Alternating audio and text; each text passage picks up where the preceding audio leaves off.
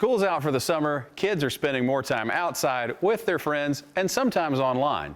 Online safety for children has been a big concern for Verizon. They were nice enough to loan us Winnie Wright once again with some summer safety tips that have been concerns for some of their consumers.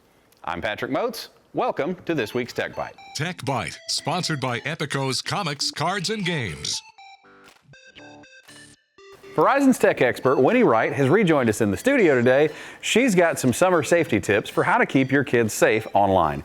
Winnie, thank you for coming. It's always great to have you in the studio. Yeah, thanks for having me, Patrick. And you know, as a parent, I know it can be very stressful to not have your eyes on your kids at all times. And when they're home during the summertime, there's a lot more time that you aren't able to see them between playing outside with friends, working summer jobs, or maybe staying home while you're working. That kind of increases the stress level for parents. So at Verizon, we're committed to making sure that families are empowered and also connected. So our first summer safety tip is to take action in managing your children's privacy settings. It seems kind of obvious, but this actually is a question that we get asked about quite frequently. How to make sure that other users and apps aren't trying to target and obtain your children's information, maybe their location and other private data. So it's something that seems simple, but it's a really good idea to just continuously go through those privacy settings to limit that likelihood that bad actors have any access to your children's data. What's your final recommendation for online safety? What else have you got? These kids are home. They're spending more time on screens. They've got the free time. So you're going to want to be sure to set internet boundaries. The internet obviously can seem like an overwhelming place for parents as you're constantly navigating the latest, the greatest, the newest, and making sure your children don't always have access to that. So with the Verizon latest technology, we can help you make sure that your child is interacting safely with the digital world.